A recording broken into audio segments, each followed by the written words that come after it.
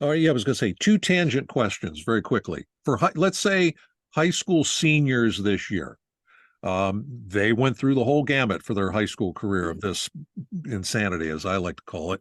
From what you just said, are they, I hate to use the word broken, but if they're going off to college and they have this deficit, I mean, is that all, your opinion, is that always going to be with them?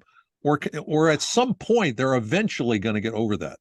I I think it depends on the student, and I'm not trying to not answer the question, but I think the challenge happens in maybe who the kids who struggle a bit. You know, our top students are going to succeed no matter what. I think it's our average kids or our struggling kids who are still going to make up that deficit for a long time to come. It's not that they will never get there, but there are certainly skills that they missed, and I think it's going to take a lot of time to rebuild. And for the kids who are graduating this year, they haven't had the time to kind of recoup those things. They were in the kind of foundational algebra one, English one, you know, those kind of pieces. And I also teach an English class, a senior English class. And so I see some of those deficits, especially in the writing. It's a little bit worse than it has been over the years preceding the pandemic. So I think it's going to take all of us, and that's what I love about Yearbook is that there's a standard we hold kids to, and it's hard. It's such a hard standard.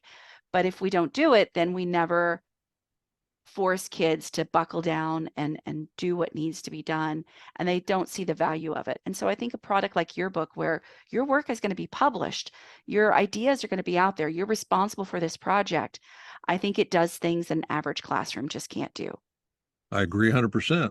Um, Now, your opinion, the youngsters coming up, I'm thinking like elementary school students, our future yearbookers, are they still going to have these deficits, or do you think maybe we can quote unquote fix them by the time they get to like middle school and high school? I think I'm hopeful that they're fixable.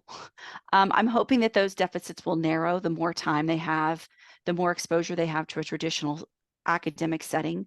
I hope that those things will lessen. Now, I do see a lot more anxiety. I do see a lot more um, social situations where kids were kind of comfortable at home and re-entering society after being at home for so long has been a real struggle. And so that component has been really hard. And that's one thing I've seen impact Yearbook is that kids don't necessarily want to be photographed. They don't necessarily want to have their stories told. And it's building that level of trust that we're doing so in an ethical and honorable way to allow kids to tell their stories. So that has also been a component we've seen is that idea of really controlling the content or wanting control the content, which, and we have a story we want to tell that's complete, not necessarily um, the social media version.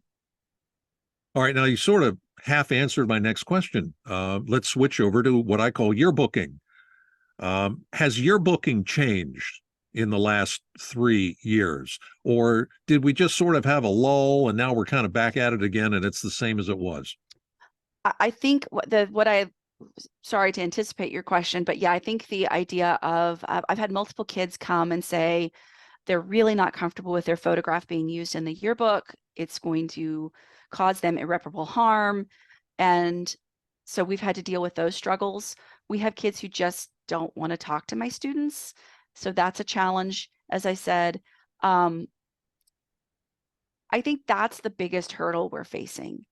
And I don't know that it stems from the pandemic. I think we were seeing some of that before the pandemic, but we're certainly seeing it after the pandemic. And I think, again, it's a matter of building trust. And it's not perfect. It's never going to be perfect.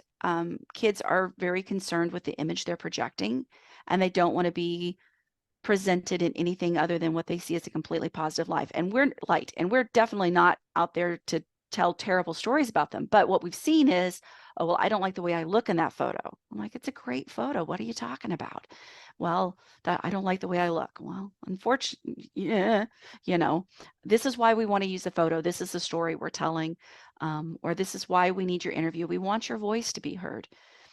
I think that's one of our biggest challenges, and getting kids out to events, talking to kids at events, and just kind of getting that work ethic and, like you said, like I said earlier, the institutional knowledge to really carry us forward.